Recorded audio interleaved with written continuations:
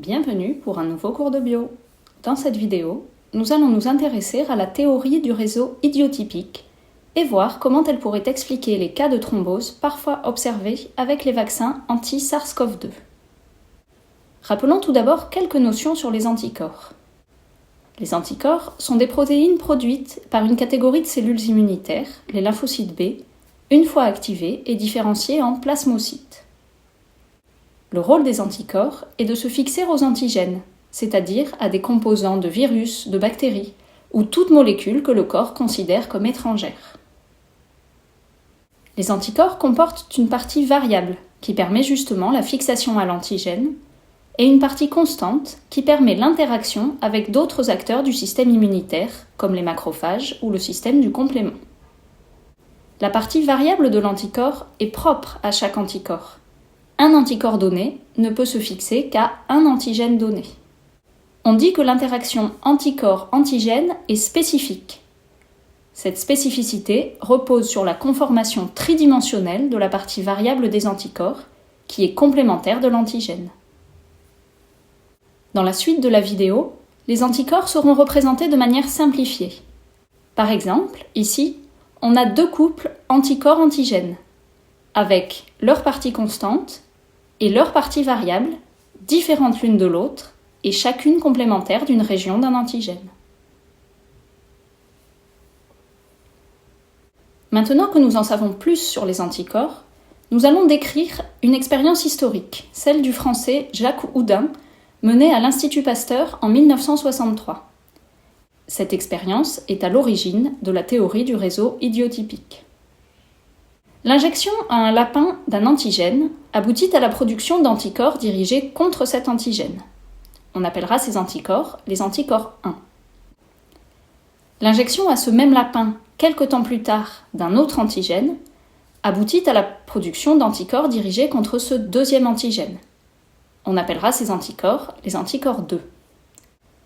À présent, si l'on injecte les anticorps 1 à un autre lapin, on observe la production d'anticorps qui se fixent aux anticorps 1, mais pas aux anticorps 2. Or, les anticorps 1 et 2 diffèrent uniquement au niveau de leur partie variable. Jacques Houdin en a donc déduit que les anticorps produits par le deuxième lapin sont dirigés contre la partie variable des anticorps 1. Sinon, ils auraient aussi reconnu les anticorps 2.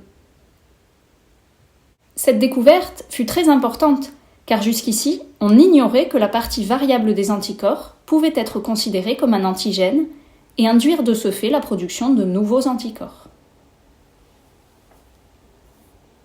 Un autre immunologiste, le Danois Niels Jern, a généralisé cette observation pour formuler sa théorie du réseau idiotypique en 1974. 10 ans plus tard, il a reçu le prix Nobel de médecine en association avec 2 autres chercheurs pour cette théorie ainsi que d'autres découvertes sur les anticorps. Niels Jern a postulé que ce qu'avait observé Jacques Houdin entre des anticorps produits par des lapins différents pouvait s'observer également entre des anticorps produits par un même organisme.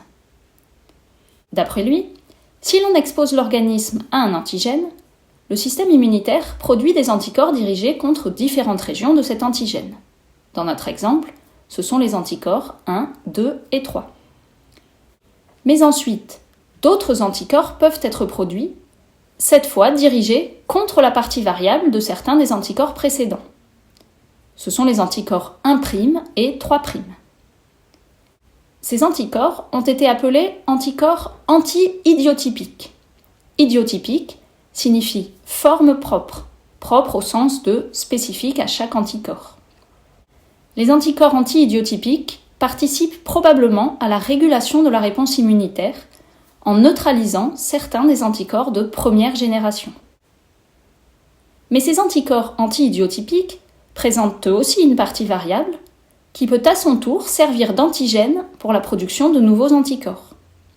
Ici, on a ainsi production de l'anticorps 3 secondes dirigé contre la partie variable des anticorps 3'.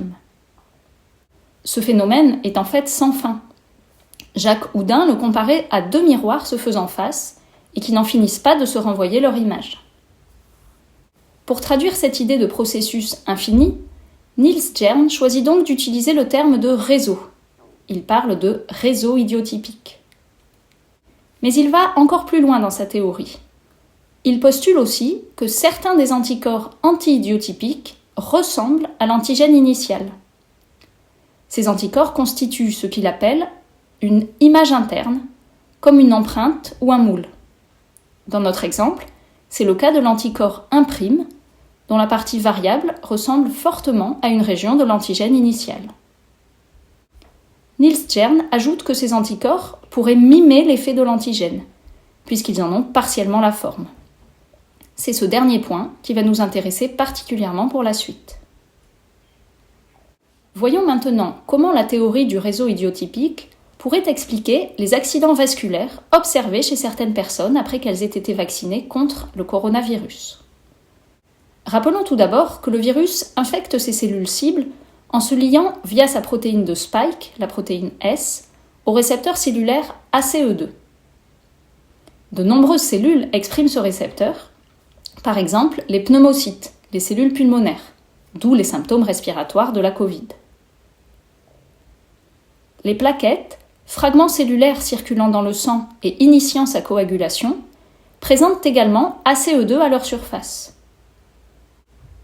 Il a été récemment montré que l'interaction entre la protéine S du coronavirus et l'ACE2 des plaquettes favorise la coagulation. Cette découverte pourrait expliquer les cas de thrombose, c'est-à-dire de coagulation pathologique, observés chez certains patients infectés par le coronavirus. Je mettrai le lien vers cet article en barre d'infos.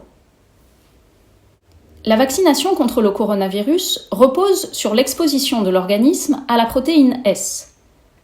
Les vaccins actuellement disponibles sont basés sur l'injection de matériel génétique, ARN pour le Pfizer et le Moderna, ou ADN dans le cas des vaccins à vecteur adénoviral, comme l'AstraZeneca, le Janssen ou le Sputnik. Ce matériel génétique permet l'expression de la protéine S par l'organisme. Et en réponse à cette expression, il y a production d'anticorps dirigés contre la protéine S.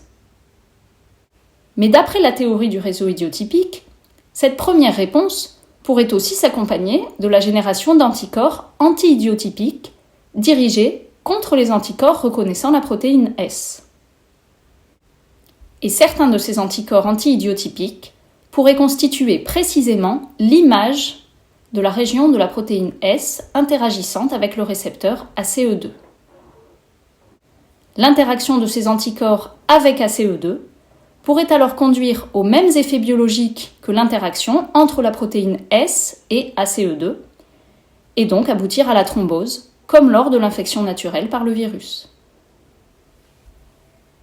En conclusion, nous faisons donc l'hypothèse que les cas de thrombose apparaissant suite à la vaccination contre le coronavirus proviennent d'une réaction auto-immune médiée par la génération d'anticorps anti-idiotypiques mimant la protéine S du coronavirus. Nous employons le terme de réaction auto-immune car les anticorps anti-idiotypiques ciblent un constituant du soi, le récepteur ACE2. Cette hypothèse est cohérente avec 3 observations cliniques. Tout d'abord, les cas de thrombose apparaissent en général plus de 7 jours après la vaccination, ce qui est cohérent avec une réponse immunitaire auto-immune et non une toxicité directe du vaccin. Notre hypothèse explique également pourquoi la fréquence des thromboses est bien plus faible avec la vaccination qu'avec la Covid. En effet, la génération d'anticorps anti-idiotypiques mimant certaines fonctions pathogéniques de la protéine S est vraisemblablement un événement rare qui ne touche qu'un faible pourcentage des gens vaccinés. Enfin, comme nous l'avons dit en exposant la théorie du réseau idiotypique, la génération d'anticorps anti-idiotypiques est un mécanisme naturel de régulation de la réponse immunitaire. Cette génération n'est donc très forte que dans le cas d'une réponse immunitaire elle-même très forte. Or, avec les vaccins à vecteur adénoviral, la stimulation antigénique est à la fois forte et durable, comme nous l'avons expliqué dans une précédente vidéo. Notre hypothèse rendrait donc compte de la plus grande prévalence des accidents thrombotiques avec ce type de vaccin. Merci de votre attention. N'oubliez pas de liker cette vidéo si elle vous a plu, de commenter et de vous abonner. À bientôt pour un autre cours de bio.